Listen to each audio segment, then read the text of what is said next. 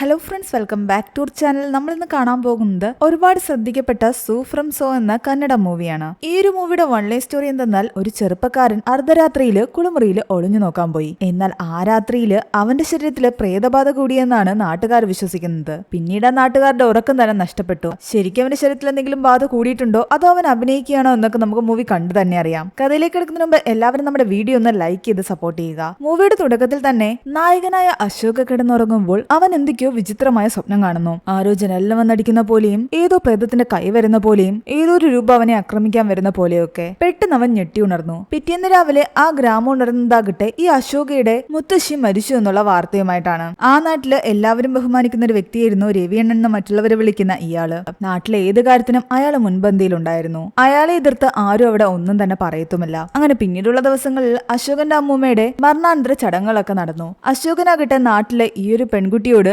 ചെറിയൊരു ഇഷ്ടം ഉണ്ടായിരുന്നു. എന്നാൽ ഇതുവരെയും അവനത് തുറന്നു പറഞ്ഞിട്ടില്ല. ആ പെൺകുട്ടി ഇടയ്ക്കിടയ്ക്ക് ഇവനെ നോക്കാറുണ്ട്. അങ്ങനെ പിന്നീട് ഈ മരിച്ചുപോയവരെ സ്മരിച്ചുകൊണ്ട് ആഹാരമൊക്കെ അവർക്ക് വേണ്ടി വെച്ചിട്ട് പിന്നീട് അവിടെയുള്ള ജനങ്ങളെല്ലാം ആഹാരം കഴിക്കുന്ന ആ ഒരു ദിവസത്തിലേക്ക് എത്തി. ഇത് അശോകന്റെ അച്ഛൻ രമേശൻ. അയാളും രവിയും ചേർന്നിട്ട് ഈ ചടങ്ങുകളെല്ലാം നല്ല രീതിയിൽ നടത്തുകയാണ്. മരിച്ചുപോയ ഇവരുടെ കുടുംബത്തിലെ എല്ലാവർക്കും വേണ്ടിയിട്ട് അവിടെ ഓരോ ഇലയിട്ട് ആഹാരങ്ങളൊക്കെ വെച്ചു. അതിനുശേഷം വീട് പൂട്ടി എല്ലാവരും പുറത്തേക്ക് ഇറങ്ങാൻ പറഞ്ഞു. എല്ലാവരുടെയും ഫോൺ സൈലന്റ് ആക്കണം. കുറച്ചു നേരത്തേക്ക് ആരും ഒന്നും മിണ്ടാനും പാടില്ല. മരിച്ചുപോയവരുടെ ആത്മാക്കൾ വന്ന് ആ ആഹാരം സ്വീകരിച്ചിട്ട് പോകും. അതിനുശേഷം നമുക്ക് ആഹാരം കഴിക്കാം. അങ്ങനെ എല്ലാവരും മിണ്ടാതെ നിൽക്കുകയാണ്. പക്ഷെ നമ്മുടെ അശോകനാകട്ടെ അവൻ സ്നേഹിക്കുന്ന പെൺകുട്ടിയുടെ അടുത്തേക്ക് പോയിട്ട് തന്റെ നമ്പർ ഒരു പേപ്പറിൽ എഴുതി അവിടെ കിടന്നു. അവൾ അതെടുത്ത് നോക്കിയ ശേഷം തന്നെ വിളിക്കും എന്നുള്ള പ്രതീക്ഷയിലായിരുന്നു അവൻ. കുറച്ചു കഴിയുമ്പോൾ അവന്റെ ഫോൺ റിങ് ചെയ്യാൻ തുടങ്ങി. പക്ഷേ കഷ്ടകാലത്തിന് ആ ഫോൺ അവന്റെ കയ്യിലുണ്ടായിരുന്നില്ല. വീടിനുള്ളിലാണ്. എന്നാൽ ആത്മാക്കൾക്ക് വേണ്ടിയിട്ട് ആഹാരം വെച്ചിട്ട് വീട് പൂട്ടിയിരിക്കുകയാണ്. അവൻ അതൊന്നും ശ്രദ്ധിക്കാതെ ആ പെൺകുട്ടിയാണ് വിളിക്കുന്നതെന്ന് കരുതിയിട്ട് ഓടിപ്പോയി തന്റെ ഫോൺ എടുക്കുന്നു. ഇത് കണ്ട് രവിയും രമേശനും ആകെ ഞെട്ടിത്തിരിച്ചിരിക്കുകയാണ്. നീ എന്താ ഈ കാട്ടിയത്?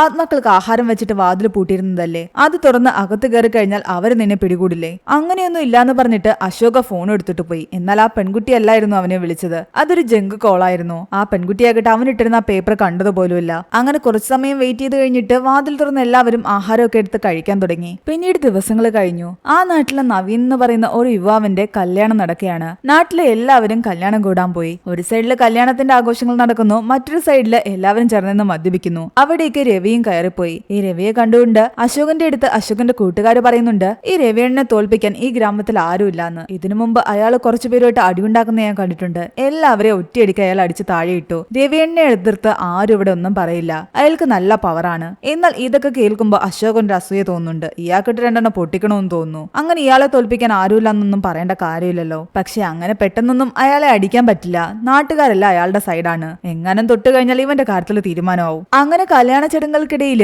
കല്യാണ ചെറുക്കൻ നവീന്റെ അളിയൻ വരുന്നുണ്ട്. അയാളാകട്ടെ നല്ലൊരു മദ്യപാനിയായിരുന്നു. തൊട്ടടുത്ത ഗ്രാമത്തിലാണ് അയാൾ താമസിക്കുന്നത്. വന്ന ഉടനെ അയാൾ എവിടെ മദ്യം കിട്ടുമെന്ന് അന്വേഷിച്ചിട്ട് ആവശ്യത്തിന് മദ്യം കുടിച്ചിട്ട് അവിടെയെല്ലാം കറങ്ങി നടക്കുകയാണ്. ആ ഗ്രാമത്തില് പ്രായം കൂടുതലായിട്ട് വിവാഹം കഴിക്കാത്ത രണ്ടുപേരിൽ ഒരാള് രവിയും രണ്ടാമത്തെ ആള് ഈ സഞ്ജീവനുമായിരുന്നു. അശോകന്റെ കൂട്ടുകാര് അവനോട് പറയുന്നുണ്ട്, ഈ സഞ്ജീവൻ അടുത്ത ഗ്രാമത്തിലുള്ള ഒരു സ്ത്രീയുടെ മറ്റേ ടൈപ്പ് വീഡിയോസ് ഞങ്ങളെ കാണിച്ചിട്ടുണ്ട്. അയാൾ ഒരു കാസ്നോവയാണ്. അശോകൻ ഇങ്ങനെ ഓരോ കഥകളും കേട്ടിരിക്കുകയാണ്. അപ്പോഴേക്കും അവിടെ ആകട്ടെ പാട്ടും ഡാൻസും ആരംഭിച്ചിട്ടുണ്ടായിരുന്നു. അവനും അതിൽ കൂടാൻ പോയി. അതൊക്കെ കഴിഞ്ഞിട്ട് കുറച്ചു കഴിയുമ്പോൾ അവനും കൂട്ടുകാരനും അവിടെ നിന്നും തങ്ങളുടെ വീട്ടിലേക്ക് പോവുകയായിരുന്നു. വീണ്ടും കുറെ സമയം കഴിയുമ്പോൾ രവിക്ക് ശേഷപ്പൻ എന്ന് പറയുന്ന ഒരാളുടെ വീട്ടിൽ നിന്നും കോള് വരുന്നു. അയാളുടെ വീടിന്റെ ബാത്റൂമിൽ ആരോ ഒളിഞ്ഞു നോക്കിയെന്ന് പറഞ്ഞിട്ട്. അങ്ങനെ രവിയും കുറച്ച് ആൾക്കാരും അയാളുടെ വീട്ടിലെത്തിയിട്ട് കാര്യം അന്വേഷിക്കുന്നു. അവിടുത്തെ ബാത്റൂമിന്റെ ജനലില് ഷീറ്റ് കൊണ്ട് മറച്ചിരിക്കുകയാണ്. അതിലൂടെയാണ് ആരോ ഒളിഞ്ഞു നോക്കിയത്. അകത്ത് കുളിച്ചുകൊണ്ടിരുന്നതാകട്ടെ അവിടുത്തെ വൃദ്ധയായ സ്ത്രീയും. അവര് കണ്ണട വെക്കാത്തത് കൊണ്ട് തന്നെ ആളെ കൃത്യമായിട്ട് കണ്ടിട്ടുമില്ല. ചിലപ്പോൾ ഒരു തവണ കൂടെ കണ്ടു കഴിഞ്ഞാൽ മനസ്സിലാകുമെന്നാണ് അവര് പറയുന്നത്.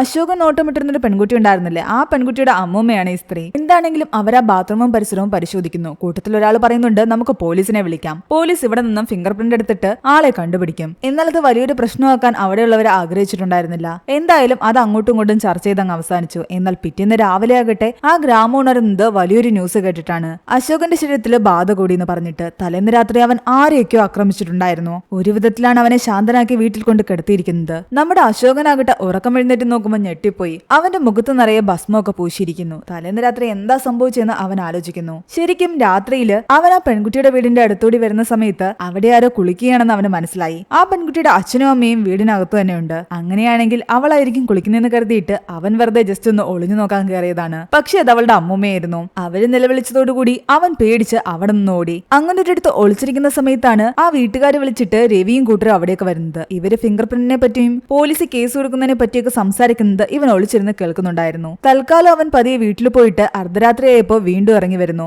എന്നിട്ട് ആ ഫിംഗർ പ്രിന്റ് എല്ലാം തന്നെ മായ്ച്ചു കളയാൻ വേണ്ടിയിട്ട് വെള്ളമെല്ലാം കോരി ഒഴിച്ചു. പക്ഷെ ആ സമയത്ത് തൊട്ടടുത്ത വീട്ടിലെ ആളാകട്ടെ യൂറിൻ പാസ് ചെയ്യാൻ ഇറങ്ങി വന്നപ്പോ ഇവൻ ഇവിടെ നിൽക്കുന്ന കണ്ടു. എന്നാൽ ഇവന്റെ ഫേസ് അയാൾ ക്ലിയർ ആയിട്ട് കണ്ടിട്ടുണ്ടായിരുന്നില്ല. അയാൾ ആൾക്കാരെ വിളിച്ചുകൂട്ടി. അവൻ ഇവിടെ നിന്ന് ഇറങ്ങി ഓടി. ആൾക്കാർ ഇവന്റെ പുറകെയും. അങ്ങനെ പല ഭാഗത്തൂടെ ഓടി ഓടി അവസാനം അവൻ ആൾക്കാരുടെ കയ്യിൽ പെട്ടു. ഇവൻ എന്തിനാണ് ഇങ്ങനെ കിടന്ന് ഓടുന്നതെന്നോ ഇവൻ എന്താ ചെയ്തതെന്നോ ഒന്നും തന്നെ ആൾക്കാർക്ക് അറിയില്ല. അവരിവനെ കണ്ടുടനെ ചോദിക്കുന്നത് നിന്നെ വല്ല ബാധയും കൂടിയെന്നാണ്. കാരണം അവനാകട്ടെ ആ ആത്മാക്കൾക്ക് ആഹാരം കൊടുക്കാൻ വേണ്ടി വെച്ചിരുന്ന റൂമിലേക്ക് ആ ടൈമിൽ കയറി പോയിട്ടുണ്ടായിരുന്നില്ലേ. അന്നേ എല്ലാരും പറയുന്നുണ്ടായിരുന്നു ഇവനെ ബാധ പിടികൂടുമെന്ന്. ഇപ്പൊ ഇവനെ ആ ബാധ പിടികൂടിയിട്ടാണ് അവനിങ്ങനെ കിടന്ന് ഓടുന്നതെന്ന് ആൾക്കാരെ തെറ്റിദ്ധരിക്കുന്നു. ഇവരായിട്ട് ഇങ്ങനൊരു കാര്യം മനസ്സിൽ വിചാരിച്ച സ്ഥിതിക്ക് താനായിട്ട് അത് വെറുതെ ഇല്ലാതാക്കണ്ടെന്ന് കരുതിയിട്ട് അവനും അങ്ങനെ അങ്ങ് അഭിനയിക്കുന്നു. ബാധ കൂടിയ പോലെ എല്ലാവരെയും ആക്രമിക്കാൻ തുടങ്ങി. അങ്ങനെ ചെയ്തില്ലെങ്കിൽ അവൻ ബാത്റൂമിൽ ഒളിഞ്ഞു നോക്കാനാണ് പോയതെന്നുള്ള കള്ളത്തരം വെളിയിൽ വരും. എന്തായാലും നാട്ടുകാരെല്ലാം ഇവന്റെ ശരീരത്തിൽ ബാധ കൂടിയെന്നും അത് ഒഴിപ്പിക്കണമെന്നുള്ള ചർച്ചയിലായി. തൽക്കാലം കുറച്ചു ദിവസത്തേക്ക് ഇങ്ങനെ അഭിനയിക്കുകയല്ലാതെ വേറെ വഴിയില്ലെന്ന് അശോകന് മനസ്സിലായി. ആ നാട്ടില് ബാധ ഒഴിപ്പിക്കുന്ന ഒരാളുണ്ടായിരുന്നു. എന്നാൽ അയാൾ മരിച്ചുപോയി. അയാളുടെ മകനും ഇതൊക്കെ ചെയ്യുമെന്നാണ് ഇവര് വിശ്വസിക്കുന്നത്. പക്ഷെ അയാളുടെ മകന് ഇതിനെപ്പറ്റി കൂടുതൽ വിവരമൊന്നും ഉണ്ടായിരുന്നില്ല.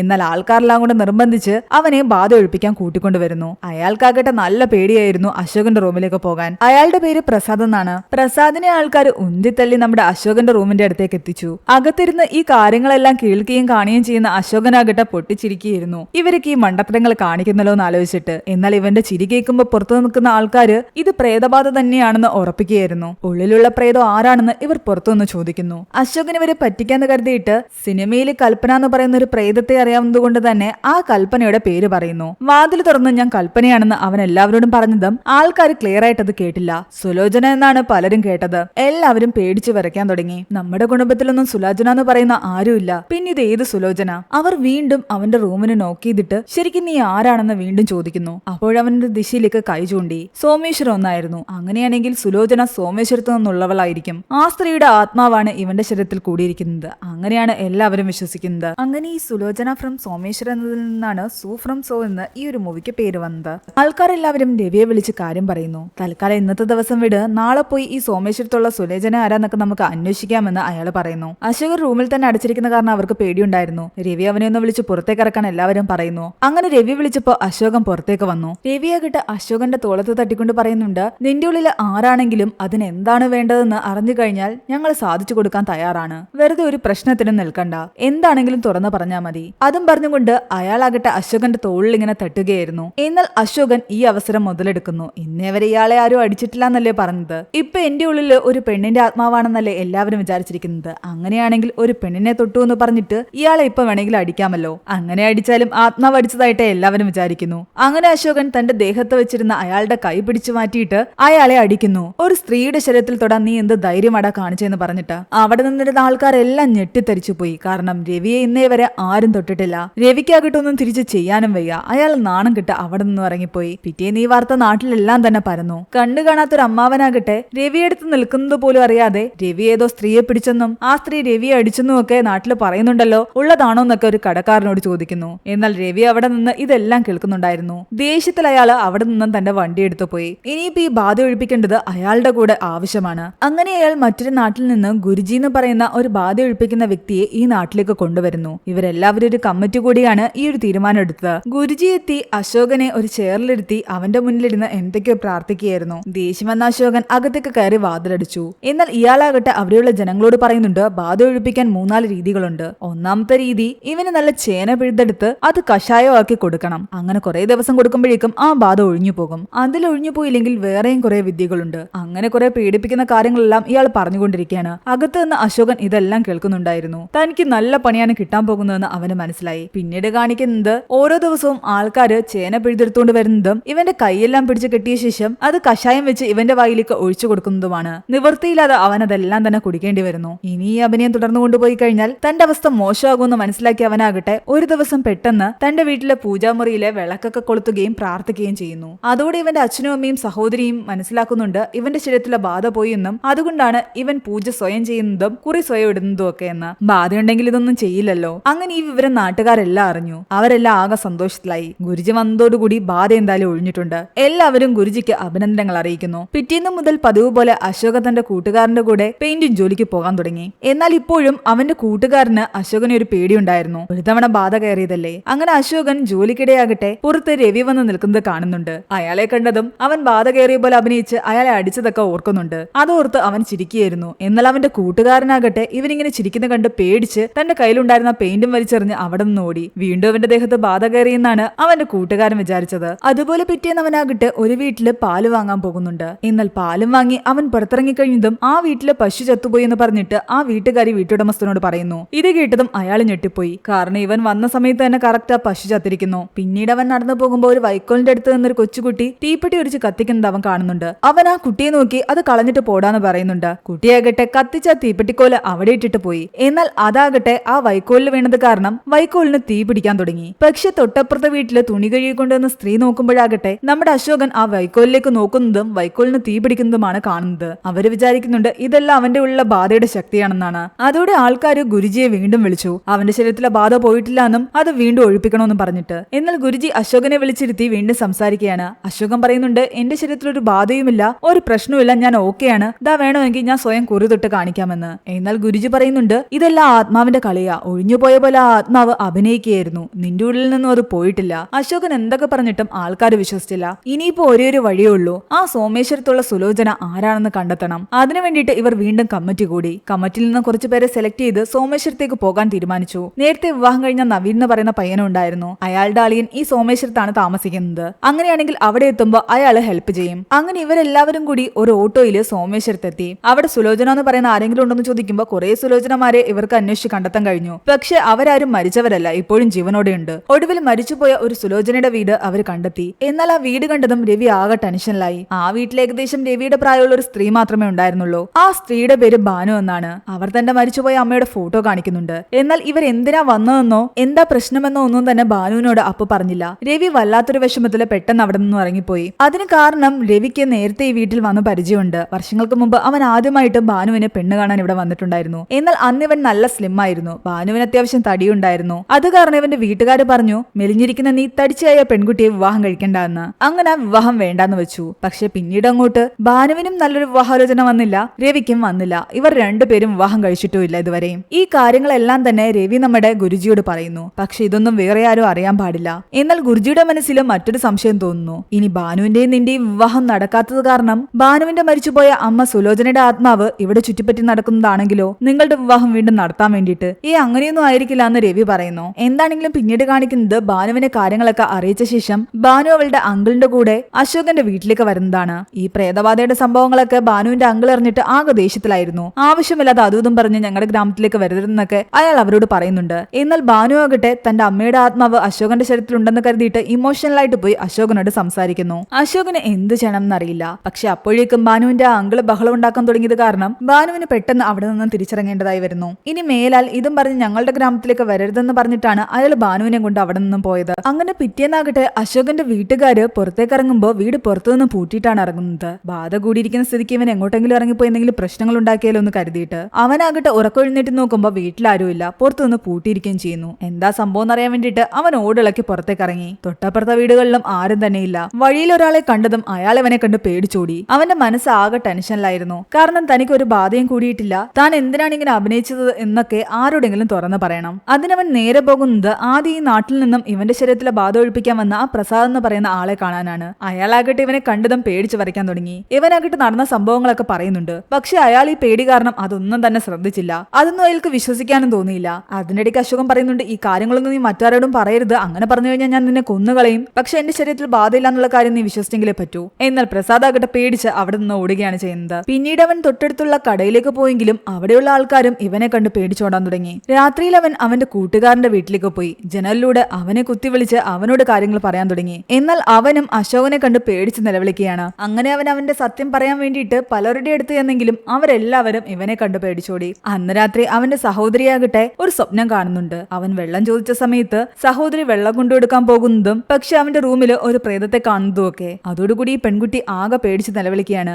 അവൾക്ക് ആ വീട്ടിൽ കിടക്കാൻ തന്നെ പറ്റുന്നുണ്ടായിരുന്നില്ല. പിറ്റേന്ന് ആൾക്കാരെല്ലാം വീണ്ടും ഇവന്റെ വീടിന് മുന്നിൽ തടിച്ചുകൂടി. ഇവൻ രാത്രിയിൽ എല്ലാവരെയും വന്ന് പേടിപ്പിച്ച കാര്യം പറയുന്നുണ്ട്. അവന്റെ കൂട്ടുകാരന്റെ അമ്മ വന്ന് പറയുന്നുണ്ട് എന്റെ മോന് പനി പിടിച്ച് കിടപ്പിലാണ്, അവൻ എന്തെങ്കിലും സംഭവിച്ചു കഴിഞ്ഞാൽ ഞാൻ ആരെയും വെറുതെ വിടില്ലാന്ന്. നമ്മുടെ ഗുരുജിക്ക് എന്ത് ചെയ്യണമെന്ന് അറിയില്ല. അയാളെ സംബന്ധിച്ച് അയാൾക്ക് ഈ വക കാര്യങ്ങളൊന്നും തന്നെ നല്ലപോലെ അറിയില്ല. അയാൾ അയാൾക്ക് മുകളിൽ വലിയൊരു ഗുരുജിയുണ്ട്. ഇയാൾ അയാളെ ഫോൺ ചെയ്ത് നിങ്ങൾക്ക് ഇങ്ങോട്ട് വരാൻ പറ്റുമെന്ന് ചോദിക്കുന്നു. എന്നാൽ അയാളാകിട്ട് വരാൻ കൂട്ടാക്കുന്നില്ല. നമ്മുടെ ഈ ഗുരുജി ഈ ആൾക്കാരെല്ലാം ഭീഷണിപ്പെടുത്തി വെച്ചിരിക്കുകയാണ്. ബാധ ഒഴിപ്പിക്കാതെ ഈ നാട്ടിൽ നിന്ന് പോകാൻ പറ്റില്ല എന്ന് പറഞ്ഞിട്ട്. അത് കാരണം നമ്മുടെ ഗുരുജി ഒരു ചെറിയ വടിയെടുത്തിട്ട് അശോകന്റെ അടുത്തേക്ക് നീങ്ങുന്നു. അശോകനാകട്ടെ ഈ ആൾക്കാർ തടിച്ചുകൂടി നിൽക്കുന്ന കാരണം എല്ലാവരെയും പേടിപ്പിച്ച് ഓടിക്കുകയായിരുന്നു. ഗുരുജി പോയി അശോകന്റെ കാലിൽ അടിച്ചടിച്ച് അവനെ റൂമിലേക്ക് കയറ്റുന്നു. എന്നാൽ കുറെ നേരം ആയപ്പോഴേക്കും അശോകന് ദേഷ്യം വന്നിട്ട് അവൻ ആ വടി വാങ്ങി തിരിച്ച് അയാളെ കുറെ തല്ലുന്നു. തല്ലും കൊണ്ട് പാവം നമ്മുടെ ഗുരുജി പുറത്തേക്ക് ഇറങ്ങി വന്നു. അയാൾ എല്ലാവരോടും പറയുന്നുണ്ട്, ഈ പ്രശ്നത്തിന് പരിഹാരം കാണണമെങ്കിൽ ഈ ആത്മാവായ സുലോചനയുടെ മകൾ ഭാനുവിനെ നിങ്ങൾ ഇവിടേക്ക് കൊണ്ടുവരണമെന്ന്. പക്ഷെ ആൾക്കാർക്ക് ആ നാട്ടിലോട്ട് പോകാൻ പേടിയാണ്.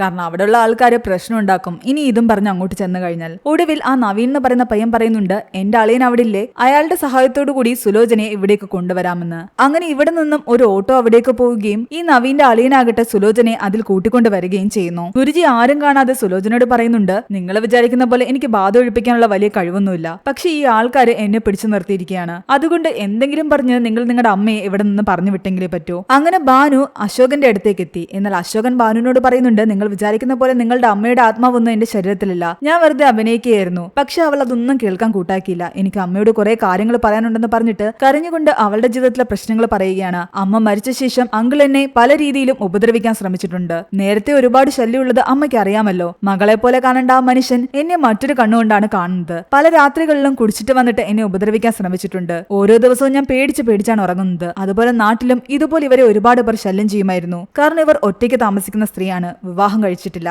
അവരിങ്ങനെയൊക്കെ പറയുന്ന കേട്ടിട്ട് അശോകന്റെ പോലും കണ്ണ് നിറഞ്ഞുപോയി. എന്ത് തിരിച്ചു പറയണമെന്ന് പോലും അവനറിയില്ല. ഇവരിതെല്ലാം പറഞ്ഞ ശേഷം അവിടെ നിന്നും പുറത്തേക്കിറങ്ങി. ഇങ്ങനെ ഓരോ ദിവസവും ഇവര് വന്ന് അശോകന്റെ ശരീരത്തിലുള്ള ആത്മാവിനോട് സംസാരിച്ചു കഴിഞ്ഞാൽ പതിയെ പതിയെ ആത്മാവ് അവന്റെ ശരീരം വിട്ട് പോകുമെന്നാണ് എല്ലാവരും വിചാരിക്കുന്നത്. എന്നാൽ ഇവരിപ്പോൾ തിരിച്ചു പോകാൻ വേണ്ടിയിട്ട് ഓട്ടോ നോക്കുമ്പോൾ ആ ഓട്ടോക്കാരനും നവീന്റെ അളിയനും മദ്യപിച്ച് ബോധം കെട്ട് കിടക്കുകയാണ്. ഇനിയിപ്പോ ഇവരെ തിരിച്ചു കൊണ്ടുപോകണമെങ്കിൽ വേറെ ഏതെങ്കിലും വണ്ടിയിൽ കൊണ്ടുപോകണം. എല്ലാവരും രവിയോട് പോയി സംസാരിക്കുന്നു. അങ്ങനെ രവിയുടെ വണ്ടിയിൽ കയറി ഭാനു തന്റെ വീട്ടിലേക്ക് പോകുന്നു. പിന്നീട് പല ദിവസങ്ങളിലും ഇവർ അശോകനെ കാണാൻ വരികയും തിരിച്ച് രവിയുടെ വണ്ടിയിൽ തന്നെ വീട്ടിലേക്ക് പോവുകയും ചെയ്യുന്നുണ്ട്. പതിയെ പതിയെ ഇവർക്കിടയിൽ ഒരു ചെറിയ കണക്ഷൻ വരാൻ തുടങ്ങി. രവിയുടെ മനസ്സിലും ഇവരോടൊരു ഇഷ്ടം തോന്നി തുടങ്ങി. ഇവർക്ക് തിരിച്ചു ഇഷ്ടം തോന്നി തുടങ്ങി. അങ്ങനെ ഇരിക്കും ഒരു ദിവസം രാത്രിയാകട്ടെ അശോകന്റെ സഹോദരി വീണ്ടും പേടി സ്വപ്നം കണ്ട കാരണം ആ പെൺകുട്ടി അന്ന് വീട്ടിൽ കിടക്കുന്നില്ല എന്ന് പറയുന്നു. ഇവരുടെ മറ്റൊരു ബന്ധുവിന്റെ വീട്ടിൽ കിടക്കുകയാണെന്ന് പറഞ്ഞിട്ട് ഇവരെല്ലാവരും അങ്ങോട്ട് പോയി. അശോകൻ മാത്രമായിരുന്നു അപ്പോൾ വീട്ടിലുണ്ടായിരുന്നത്. ഒരു ഉറക്കം കഴിഞ്ഞിട്ട് അവൻ വാതിൽ തുറന്നു നോക്കുമ്പോൾ വീട്ടിലാരുമില്ല. ഇവരൊക്കെ ഇത് എവിടെ പോയി അവൻ ചിന്തിക്കുന്നു. മറ്റൊരു രീതിയിൽ അവന് പേടിയും തോന്നാൻ തുടങ്ങിയിരുന്നു. കാരണം ഭാനു വന്ന സമയത്ത് അവനോട് പറഞ്ഞിട്ടുണ്ടായിരുന്നു, എന്റെ അമ്മയുടെ ആത്മാവ് ഇവിടെ ഉള്ള പോലെ എനിക്ക് ഫീൽ ചെയ്യുന്നുണ്ടെന്നൊക്കെ. ഇനി യഥാർത്ഥത്തിലെങ്ങാണോ ആ ആത്മാവ് ഇവിടെ ഉണ്ടോ എന്ന് അവൻ ചിന്തിക്കുന്നു. കറക്റ്റ് ആ സമയത്ത് ആരോ ജനലിൽ വന്നടിക്കുന്നു. പേടിച്ച് ആരാന്ന് ചോദിച്ചതും അത് ഭാനു ആണെന്ന് അവന് മനസ്സിലായി. വാതിൽ തുറന്നതും ഭാനു ഓടി വന്ന് അവനെ കെട്ടിപ്പിടിക്കുന്നു. എന്നിട്ട് നടന്ന സംഭവങ്ങൾ പറയുന്നുണ്ട്. ഭാനുവിന്റെ അങ്കിളിന്റെ ശല്യം കാരണം ഭാനു വാതിലിന്റെ സൈഡില് കുറെ പെട്ടിയൊക്കെ അടുക്കി വെച്ചിട്ടാണ് കിടന്നുറങ്ങുന്നത്. എന്നാൽ ഇത്തവണ അയാൾ ഓടിളക്കി അകത്തേക്ക് കയറി ഇവരെ ഉപദ്രവിക്കാൻ ശ്രമിച്ചു. ഒരു വിധത്തിലാണ് അയാളുടെ കയ്യിൽ നിന്ന് രക്ഷപ്പെട്ട് അവർ ഇവിടെ എത്തിയത്. തന്റെ അമ്മയുണ്ടായിരുന്നെങ്കിൽ തനിക്കൊരു കൂട്ടുണ്ടായിരുന്നേനെ. ഒരിക്കലും അങ്കിള് ഇങ്ങനെയൊന്നും ചെയ്യില്ലായിരുന്നു. പക്ഷെ അയാളുടെ ശല്യം ഇപ്പോൾ കൂടിക്കൂടി വരികയാണ്. അശോകന് എന്ത് ചെയ്യണമെന്നറിയില്ല. എന്താണെങ്കിലും തൽക്കാലം തിരിച്ചു ഭാനുവിനെ വീട്ടിലേക്ക് കൊണ്ടാക്കിയെങ്കിലേ പറ്റൂ. അതിനൊരു വണ്ടി വേണം. അതിനവൻ നേരെ പോകുന്നത് രവിയുടെ വീട്ടിലേക്കാണ്. അവൻ പോയി വാതിലിനെ കൊട്ടിയപ്പോ രവി പേടിച്ച് വാതിൽ തുറന്നു. ഇവനെ കണ്ടതും അയാൾ പെട്ടെന്ന് വാതിലടച്ചു. തന്റെ കൂടെ ഭാനു ഉണ്ട്, എനിക്ക് ഭാനുവിനെ വീട്ടിൽ കൊണ്ടാക്കണം, നിങ്ങളുടെ വണ്ടിയുടെ താക്കോല് വേണമെന്ന് ഇവൻ പറയുന്നു. സുലോചനയുടെ ആത്മാവ് ഭാനുവിനെ വീട്ടിൽ കൊണ്ടാക്കാൻ വേണ്ടിയിട്ട് താക്കോല് ചോദിക്കുകയാണെന്നാണ് നമ്മുടെ രവി വിചാരിക്കുന്നത്. പേടിച്ച് അയാളെ താക്കോല് ജനലിലൂടെ എറിഞ്ഞു കൊടുത്തു. അങ്ങനെ ആ വണ്ടി എടുത്തുകൊണ്ട് ഭാനുവിനെയും കൂട്ടി അശോകൻ നേരെ ഭാനുവിന്റെ വീട്ടിലേക്ക് പോയി. അവിടെ ചെല്ലുമ്പോ അവരുടെ അങ്കിളാകട്ടെ മദ്യപിച്ച് ബോധം കെട്ട് അവിടെ കിടപ്പുണ്ടായിരുന്നു. അശോകൻ ആദ്യമായിട്ടാണ് ആ വീട്ടിലേക്ക് വരുന്നത്. ഭാനുവിന്റെ അമ്മയുടെ ഫോട്ടോയും അശോകൻ കാണുന്നുണ്ട്. അങ്ങനെ രാവിലെ ആയപ്പോഴാകട്ടെ രവി ഈ നടന്ന കാര്യങ്ങളെല്ലാം നാട്ടുകാരോട് പറയുന്നുണ്ട്. രാത്രിയിൽ അശോകൻ തന്റെ അടുത്ത് വന്ന് ഭാനുവിനെ വീട്ടിൽ കൊണ്ടാക്കാൻ താക്കോല് ചോദിച്ചുവെന്നും അത് ശരിക്കും ആ സുലോചനയുടെ പ്രേതമാണെന്നും ഒക്കെ സംഭവം അറിഞ്ഞ് ആൾക്കാരെല്ലാം തന്നെ നേരെ അശോകന്റെ വീട്ടിലേക്ക് വരുന്നു. ആൾക്കാർ നോക്കുമ്പോ അശോകൻ അങ്ങോട്ടും ഇങ്ങോട്ടും ഒക്കെ പോകുന്നതാണ് കാണുന്നത്. ഇടയ്ക്ക് അവൻ കിച്ചണിലേക്ക് പോകുന്നുണ്ട്, ഇടയ്ക്ക് റൂമിലേക്ക് പോകുന്നുണ്ട്. എന്താ സംഭവം നോക്കി ആൾക്കാർ നിൽക്കുമ്പോ അവരെല്ലാം ഞെട്ടിച്ചുകൊണ്ട് അവനാകട്ടെ ഒരു സാരിയൊക്കെ ചുറ്റി മുഖത്ത് മഞ്ഞളും വാരി തേച്ച് കാഞ്ചന സിനിമയിലെ പ്രേതത്തെ പോലെ വരുന്നുണ്ട്. എന്നിട്ട് തലേന്ന് കൊണ്ടുപോയിട്ട് അവൻ തിരിച്ചു വെച്ചിരുന്ന രവിയുടെ സ്കൂട്ടറിൽ അവൻ റോഡിലൂടെ പോകുന്നു. എല്ലാവരും പേടിയോടുകൂടി അവനെ നോക്കി നിൽക്കുകയായിരുന്നു. അവനെ ഫോളോ ചെയ്ത് നാട്ടുകാരും പോയി. അവൻ നേരെ പോകുന്നത് ഭാനുവിന്റെ വീട്ടിലേക്കാണ്. ആ സമയം ഭാനുവിന്റെ ആന്റി ആകട്ടെ ഭാനുവിന്റെ വീടിന്റെ പുറത്തു നിന്ന് ഭാനുവിനെ ശപിച്ചുകൊണ്ടിരിക്കുകയായിരുന്നു. എന്റെ ഭർത്താവിനെ നീ കൈക്കലാക്കി വെച്ചിരിക്കുകയാണല്ലോടി എന്ന് പറഞ്ഞിട്ട്. എന്നാൽ അയാൾ അവളെ ശല്യപ്പെടുത്തുകയാണെന്നുള്ള ചിന്തയൊന്നും ഇവർക്കുണ്ടായിരുന്നില്ല. അശോകനെ കണ്ടതും ഇവര് പേടിച്ച് അവിടെ നിന്ന് ഓടി. അശോകൻ നേരെ ഭാനുവിന്റെ വീടിനുള്ളിലേക്ക് കയറി. ഭാനുവിന്റെ അങ്കിള് അപ്പോൾ ഉറക്കം എഴുന്നേൽക്കുന്നതേ ഉണ്ടായിരുന്നുള്ളൂ. അശോകനെ ഈ രൂപത്തിൽ കണ്ടതും അയാൾ പേടിച്ചു പോയി. ഭാനുവിനെ ഉപദ്രവിക്കുന്ന കാര്യവും പറഞ്ഞിട്ട് അശോകനാകട്ടെ സുലോചനയുടെ ആത്മാവാണെന്നുള്ള രീതിയിൽ അയാളെ എടുത്തിട്ട് കുറെ അടിക്കുന്നു. ഭാനുവിനെ എന്നല്ല ഒരു പെണ്ണിനെ നിങ്ങൾ ഇനി ഉപദ്രവിക്കാൻ പാടില്ല എന്ന് പറഞ്ഞ് ഒരു തേങ്ങ എടുത്ത് അയാളുടെ തലക്കടിച്ച് പൊട്ടിക്കുകയും ചെയ്തു. എന്നിട്ട് ഭാനുവിനോട് അശോകൻ പറയുന്നുണ്ട്, സാധനങ്ങളൊക്കെ എടുത്തോ, നമുക്ക് നമ്മുടെ നാട്ടിലേക്ക് പോകാമെന്ന്. അങ്ങനെ ഭാനുവിനെയും കൂട്ടി അവൻ അവിടെ നിന്ന് ഇറങ്ങാൻ നേരം ആ നാട്ടില് ഭാനുവിനെ ശല്യം ചെയ്തുകൊണ്ടിരുന്ന കുറെ ആൾക്കാരുണ്ടല്ലോ, അവരെല്ലാവരും വന്ന് തടയുന്നു. ഇവളെ ഇവിടെ നിന്ന് കൂട്ടിക്കൊണ്ട് പോകാൻ പറ്റില്ല എന്ന് പറഞ്ഞിട്ട് അശോകൻ അവരുമായിട്ട് ഫൈറ്റ് ചെയ്യാൻ തുടങ്ങിയെങ്കിലും അവര് കുറെ പേരുണ്ടായത് കാരണം അവൻ ഒന്നും തന്നെ ചെയ്യാൻ പറ്റിയില്ല. എല്ലാവരും ചേർന്ന് അവനെ ചവിട്ടുകയാണ്. അപ്പോഴേക്കും അശോകന്റെ നാട്ടുകാർ അവിടെ എത്തിയിട്ടുണ്ടായിരുന്നു. രവി ഉൾപ്പെടെ എല്ലാവരും നോക്കിക്കൊണ്ട് നിൽക്കുകയാണ്. അവരാരും ഒന്നും പ്രതികരിക്കുന്നില്ല. വെറുതെ വഴക്കുണ്ടാക്കരുതെന്ന് പറയുക മാത്രമേ ചെയ്യുന്നുള്ളൂ. പക്ഷെ അടുത്ത നിമിഷം കൂട്ടത്തിലുണ്ടായിരുന്ന ഒരാളാകട്ടെ ഭാനുവിനെ അടിച്ചതും രവിക്ക് സഹിക്കാൻ കഴിഞ്ഞില്ല. രവി അവരെ എല്ലാവരെയും തിരിച്ചടിക്കുന്നു. പിന്നെ അങ്ങോട്ടും ഇങ്ങോട്ടും രണ്ട് നാട്ടുകാരും തമ്മിൽ പൊരിഞ്ഞടിയായിരുന്നു. അതിനിടയ്ക്ക് ഇതെല്ലാം കണ്ട് പേടിച്ചു പറിച്ചിരിക്കുന്ന ഭാനുവിനെ കണ്ടപ്പോ രവി എല്ലാവരോടും അടി നിർത്താൻ പറയുന്നു. ശരിക്കും നിങ്ങൾക്ക് കാര്യങ്ങൾ അറിയില്ല. സുലോചന എന്ന് പറയുന്ന ഇവരുടെ അമ്മയുടെ ആത്മാവ് ഈ അശോകന്റെ ശരീരത്തിൽ കയറിയിട്ടുണ്ടെന്നും ആ കാര്യമായിട്ടാണ് ഞങ്ങൾ ഈ നാട്ടിലേക്ക് വന്നതെന്നും ആ ആത്മാവ് എന്താണോ ആഗ്രഹിക്കുന്നത് അത് സാധിച്ചു കൊടുത്തെങ്കിൽ മാത്രമേ ഈ പയ്യന്റെ ശരീരത്തിൽ നിന്ന് ആ ആത്മാവ് പോകൂ എന്നും ഇവർ പറയുന്നു. അപ്പോഴാണ് ആ നാട്ടിലെ ആൾക്കാര് പലരും ഈ കാര്യങ്ങൾ മനസ്സിലാക്കുന്നത്. അത് കാരണം പിന്നീട് ആർക്കും എതിർത്ത് നിൽക്കാൻ തോന്നിയില്ല. രവിയും ബാക്കിയുള്ളവരും മുന്നേ പോയി. അശോകനാകട്ടെ ഭാനുവിനെയും കൂട്ടി അവിടെ നിന്നും തങ്ങളുടെ നാട്ടിലേക്ക് പോയി. അങ്ങനെ ഭാനു അശോകന്റെ നാട്ടിലെത്തിയെങ്കിലും അടുത്ത പ്രശ്നം ഇതായിരുന്നു, ഭാനു എവിടെ താമസിക്കും? അവർ വിവാഹം കഴിച്ചിട്ടില്ല. അപ്പോൾ പലരും പറയുന്നുണ്ട്, ഈ നാട്ടിൽ വിവാഹം കഴിക്കാത്ത സഞ്ജീവൻ എന്ന് പറയുന്ന ആളില്ലേ, അയാളെ കൊണ്ട് ഭാനുവിനെ വിവാഹം കഴിപ്പിക്കാമെന്ന്. എന്നാൽ ഭാനുവിന്റെ മനസ്സിലെ രവിയായിരുന്നു. രവിയാകട്ടെ ഒന്നും മിണ്ടുന്നുമില്ല. ഈ സഞ്ജീവന് കുറച്ചുകൂടി നല്ല പ്രായമുണ്ട്. അത്രയും പ്രായമുള്ള ആളെ കൊണ്ട് ഭാനുവിനെ വിവാഹം കഴിപ്പിക്കണമെന്ന് ചിലർ ചോദിക്കുന്നു. ഭാനുവിന്റെ മനസ്സ് വേദനിക്കുന്ന കണ്ടപ്പോൾ രവി ഒടുവില് എല്ലാവരോടും പറയുന്നുണ്ട്, വേറെ ആർക്കും എതിർപ്പില്ലെങ്കിൽ ഞാൻ ഭാനുവിനെ വിവാഹം കഴിച്ചുകൊള്ളാമെന്ന്. എല്ലാവരും അശോകന്റെ മുഖത്തേക്ക് നോക്കുമ്പോൾ അശോകന്റെ മുഖത്തിലും സന്തോഷമായിരുന്നു. അപ്പോൾ ഭാനുവിന്റെ അമ്മ സുലോചനയുടെ ആത്മാവും ഈ ഒരു തീരുമാനത്തിൽ ഹാപ്പിയാണെന്ന് മനസ്സിലാക്കി അവർ ആ വിവാഹം നടത്താൻ തന്നെ തീരുമാനിച്ചു. അങ്ങനെ പിന്നീട് കാണിക്കുന്നത് ഇവരുടെ വിവാഹം കഴിഞ്ഞ് ഇവർ ഒരുമിച്ച് അമ്പലത്തിലൊക്കെ പോകുന്നതാണ്. സുലോചന എന്ന ആത്മാവിന്റെ ആഗ്രഹം നടന്നതോടുകൂടി അശോകന്റെ ശരീരത്തിൽ നിന്നും ആ ആത്മാവ് പോയി എന്ന് ആൾക്കാർ വിശ്വസിക്കുകയും ചെയ്യുന്നു. എന്നാൽ അതല്ല അവന്റെ അഭിനയമാണെന്ന് ആരും തിരിച്ചറിഞ്ഞില്ല. പക്ഷെ പിന്നീട് ഇവൻ കൂട്ടുകാരുടെ കൂടെ പോകുന്ന സമയത്ത് ഈ കൂട്ടുകാരാകട്ടെ ഇവനോട്, നേരത്തെ നീ എനിക്ക് തരാനുള്ള കാശ് തിരിച്ചു തന്നില്ലല്ലോ എന്ന് ചോദിക്കുമ്പോൾ ആ കാശ് തിരിച്ചു കൊടുക്കാതിരിക്കാൻ വേണ്ടിയിട്ട് അശോകനാകട്ടെ തന്റെ ശരീരത്തിൽ വീണ്ടും ആത്മാവ് കയറിയ പോലെ ഇവരോട് സംസാരിക്കുന്നു. അവരെല്ലാവരും പേടിച്ചോടുന്നു. അവിടെയാണ് ഈ ഒരു മൂവി അവസാനിക്കുന്നത്. ഈ മൂവിയുടെ സ്റ്റോറി എങ്ങനെയുണ്ടായിരുന്നു എന്ന് നിങ്ങൾ താഴെ കമന്റ് ചെയ്യുക. എക്സ്പ്ലനേഷൻ ഇഷ്ടപ്പെട്ടെങ്കിൽ വീഡിയോ ലൈക്ക് ചെയ്യാനും നമ്മുടെ ചാനൽ സബ്സ്ക്രൈബ് ചെയ്യാനും മറക്കണ്ട.